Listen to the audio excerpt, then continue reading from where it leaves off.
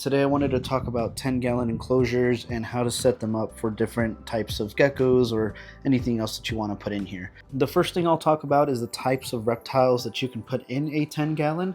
Now, when it comes to crested geckos or any kind of New Caledonian gecko like chihuahuas or gargoyle geckos, I don't recommend using a 10-gallon for them as adults, but I do have two geckos here. This one I'm about to upgrade into a 26-gallon here, and this one I'm about to upgrade into. I'm honestly probably going to shift them over here or get another one of these, just because this little girl is a juvenile, or at least her size is, and I should be upgrading her to a larger enclosure pretty soon. So if you're going to keep a New Caledonian gecko, my recommendation would be for you to keep them in here until they're about juvenile, going into that adult phase.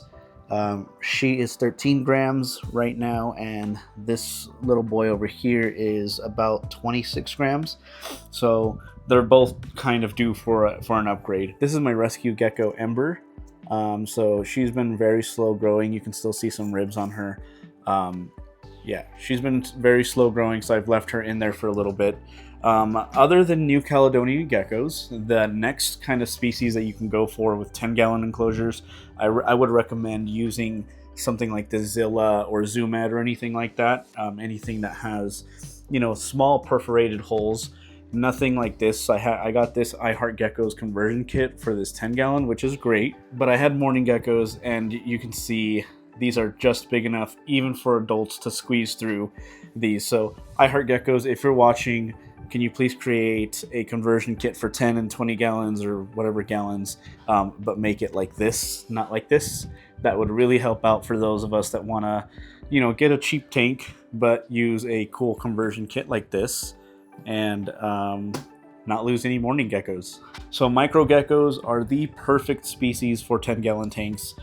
Things like I said, Mourning Geckos, any kind of Sphenodactylus species or Spherodactylus species would do great in these tanks, just because they, as adults, don't even get much bigger than like this right here. So they would do great as like a little 2 to 3 gecko colony in a 10-gallon, or if you want to get like a 25, 26-gallon, you can probably keep like 4 or 5 of them in here.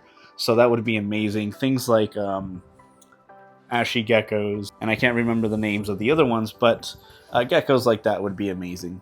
Another thing you can do for 10 gallons, which I don't really recommend, but if you can find a solitary species of reed frogs or dart frogs, I tend to want to keep them in colonies. I don't have any right now, but groups of 2 to 3 or even 5 to 6 would be great for like big enclosures. If you can find a solitary species of frog, maybe like a little fire-bellied toad, just one would be okay in a 10-gallon enclosure. I did previously say in one of my videos that axolotls would be cool in here, but after further research, I don't know what I was saying. They're definitely not small enough for 10 gallons. They need like 30 gallons. If you don't want like a tropical species or even an amphibian, my next choice for a 10-gallon enclosure would be for you to get a Dune Gecko. Dune Geckos are amazing just because they stay really, really small. You can put them in a 10-gallon enclosure. They're not really arboreal, so you would want to flip this back to its regular position. Because they are a desert species, they will not require things like this, where you have to mist constantly. And come on, look at this little gecko right here. They're just the cutest things ever. Anyways, moving on to the actual build of these enclosures. So let's say you have a baby crested gecko or a Spherodactylus species, or even a dart frog or a reed frog. Something like this would be great. For amphibians, you might want to include a little water feature. I don't include any water features here with my geckos just because I mist regularly, and that's where they drink water from. You can see I need to clean the sides of the cages just because there's a lot of hard water here in Nevada. But the basic setup goes like this. You get Leca Clay for the bottom, and that is just for a drainage layer. That way if you overwater or anything, it'll just seep into there, and the roots will really love that anyways. So I think it's a perfect thing to put at the bottom. If you don't have access to Leca Clay, you can also use like pebbles and rocks and stuff. That's also just kind of like acting as a drainage layer, but it's just really heavy. After that, if you can see, there's a little mesh boundary here, and you can see it on both of my enclosures. That mesh boundary is just so that the substrate doesn't seep into the Leca Clay and just mix around too much. You can see there's an obvious line here that's just perfect. That makes sure that it doesn't erode the soil down into the Leca Clay or anything. Next up, you want to use your tropical mix. I usually just do cocoa fiber, peat moss, and then sphagnum moss. That's just a mix that I use. It's not really anything special. You can get mixes online, like on Josh's Frogs.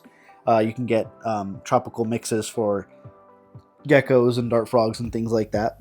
Leaf litter is great just because it provides extra coverage for the geckos to hide, and also for isopods to hide. I noticed that this gecko right here, he loves to dive bomb on isopods. He's hiding in here right now.